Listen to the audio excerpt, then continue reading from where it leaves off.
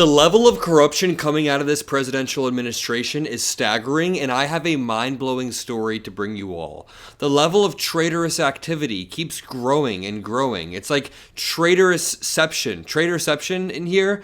Every single day a new scandal erupts, and this new Steve Witkoff Russia scandal takes the cake. He is currently actively in a meeting with Ukrainian negotiators right now. We'll touch on that in 1 second, but what you need to understand is that Steve Witkoff was a Florida real estate mogul with zero diplomatic experience. Zero experience in negotiating diplomatic peace deals. Zero experience in this regard. He was just a Florida real estate dude that Trump happened to know. Trump appointed him into this really important position. Now he's essentially the shadow Secretary of State for both Russia and Ukraine. This is Steve Witkoff during today's meeting with the Ukraine delegation, looking quite raggedy, quite tired.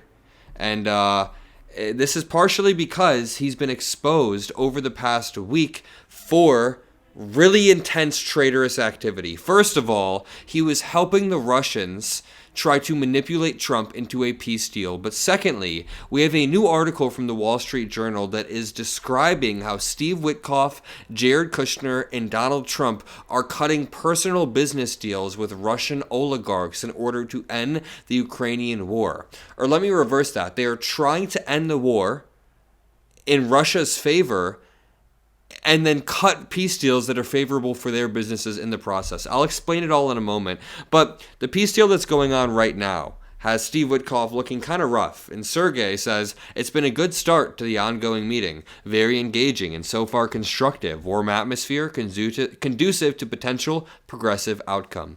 Great leadership of Marco Rubio. As a Geneva, I appreciate the attitude of Jared Kushner and how he lays out the vision. Notice what they missed. Jimmy says, a very pointed comment from the Ukrainian deputy foreign minister, who thanks Marco Rubio's leadership, appreciates Jared Kushner, and then ignores Steve Witkoff. Videos of the meeting showed Steve Witkoff kind of as the odd one out, being ignored among the group, and it's because he was legitimately coaching Vladimir Putin's foreign policy guy on how to get a peace deal from Trump and manipulate Trump. I made a bunch of videos about that, but the corruption then gets worse.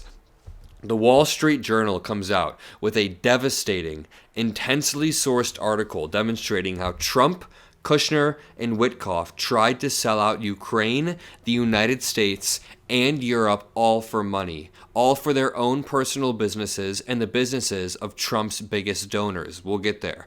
It's so bad that one of our European allies shared evidence of the planned business deals. Again, one of our own allies had to share the evidence. It's kind of like how the UK cut off intelligence sharing to the United States because Pete Hegseth was abusing it to commit war crimes. Well, now more European allies are sharing evidence. We'll get there. Make sure you drop a like. Double check to make sure you're subscribed to the Adam Mockler feed. That is the best way to combat this MAGA media. Representative Don Bacon, a Republican, says Wall Street Journal today, multi-billion-dollar business deals between Russian and American billionaires that forces Ukraine to give Russia more land and make Ukraine a vassal state. Greed trumps Ukrainian sovereignty. Churchill and Reagan are turning in their graves. A really good summary from a Republican representative who seemingly had enough and is like, dude, we're not going to give up Ukraine, an ally, for corrupt business deals and just turn into Russia, essentially. Like, listen to some of these examples. Then we'll go through the article that we keep talking about. But Gentry Beach, a college friend of Donald Trump Jr. and campaign donor to his father, has been in talks to acquire a stake in a Russian Arctic gas project if it is released from sanctions. Another Trump donor, Stephen P. Lynch, paid $600,000 this year to a lobbyist close to Trump Jr. who is helping him seek a Treasury Department license to buy the Nord Stream 2 pipeline from a Russian state-owned company. There are personal deals being cut with people close to Trump to benefit them at the expense of Ukrainian land. Beach, Trump Jr.'s college friend, was in talks to acquire 9.9% of an Arctic LNG project with no Novatek, Russia's second largest natural gas producer, which is largely owned by Timchenko, if the US and UK remove sanctions on it, according to drafts of contracts by the Journal. Stunning levels of corruption from the Trump admin on the Russia-Ukraine deal laid out. What about this one? Kushner, whose investment in the fund Affinity Partners drew billion-dollar investments from the Arab monarchies whose conflict with Israel he helped mediate. Just the levels of corruption coming from the people attached to this deal even drew the attention of Donald Tusk, the Prime Minister of Poland. He said, "We know this is not about peace. It's about business." Andrew says quite clear that Witkoff and others seeing dealings with the Kremlin as a way to skip the line for what they see as future business opportunities with Russia. Embedded in this deal, it is basically a quid pro quo, a tit for tat, if you could say, where we get business deals and Russia gets Ukrainian land. We essentially cede Ukrainian land in the deal, but embedded in that same deal, there are business interests for Trump's close donors and oligarchs in Russia. Instead of using Russian eagerness for U.S. capital as leverage to get real peace that serves the U.S. interests, Witkoff has adopted Russian positions as preconditions for future investment. This is the problem. Vladimir Putin, all of these Russian oligarchs, mainly Putin, he is a bad faith actor that will renege on this deal during the next administration. Trump will split with all of his money, generational wealth. The people around him will likely be prosecuted depending on who we get into power next. Make sure you follow this channel if you want some really bulldogs in power. We're gonna be pushing for the bulldogs in the primaries, the 2026 midterms, and the 2028 election. We need some people who will have consequences for Steve Witkoff, for example. Pete Hegseth, potentially. We'll see how the investigation goes. But right now, they are just benefiting themselves. Putin is going to renege on the deal, reinvade Ukraine during the next administration. That is what he does. He is a bad faith actor. This article says, Witkoff spoke to the paper about a future where Russia, the US, and Ukraine are all business partners. But that is a misnomer. That is fake. It is false. Russia and the United States are trying to control Ukraine as a vassal state. Quote, if we do all that and everybody's prospering and they're all a part of it and there's upside for everybody, there's going to be a bulwark against future conflicts. Not true. Russia will invade because it is good for their economy to have a wartime economy. For Witkoff, Kushner, and the Russians, the goal is reportedly to revitalize Russia's $2 trillion economy through joint Russia-U.S. ventures.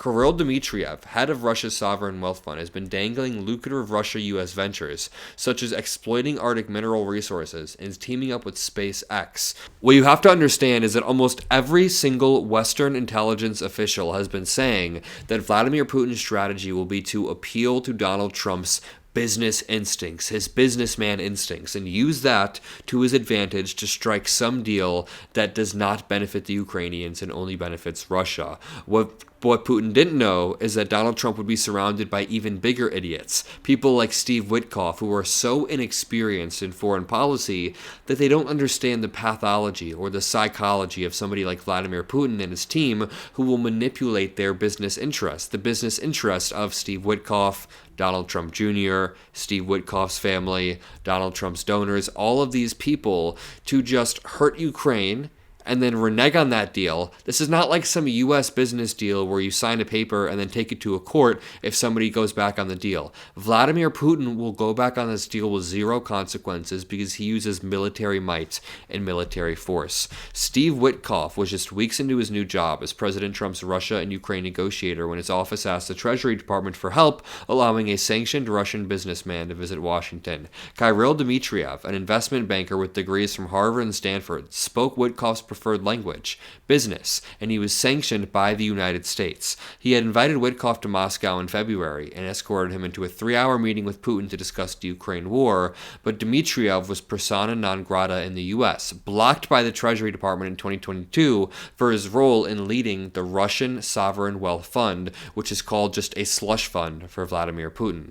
Trump had told Witkoff he wanted the war to end, and the admin was willing to take the risk of welcoming Putin's emissary to Washington. Treasury Secretary Secretary Scott Bessent had questions about the unique request, but ultimately signed off. Dmitriev arrived at the White House on April 2nd and presented a list of multi-billion-dollar business projects the two governments could pursue together. At one point, Secretary of State Marco Rubio told Dmitriev that Putin needed to demonstrate he was serious about peace. You know, I know that Rubio is kind of a traitor.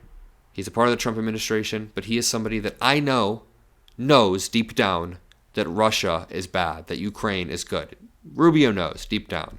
But Dmitriev felt his business-like rapport was breaking through. But Dmitriev, Putin's guy, knew he had already manipulated Witkoff. It says Dmitriev felt his business-like rapport was breaking through. Quote, "We can transition investment trust into a political role," meaning after they butter up Donald Trump and Witkoff with business talk and getting them deals for their biggest donors, they can then use that buttered up Trump to slide him into a deal that is good for Russia. You get what I mean? The most disgusting piece is that Vladimir Putin's advisor then crafted a 28-point peace plan that he manipulated the U.S. into agreeing to. He leaked it to the U.S. media. Then Witkoff, Trump, and Rubio had no choice, apparently, but to say they agreed with this 28-point peace plan.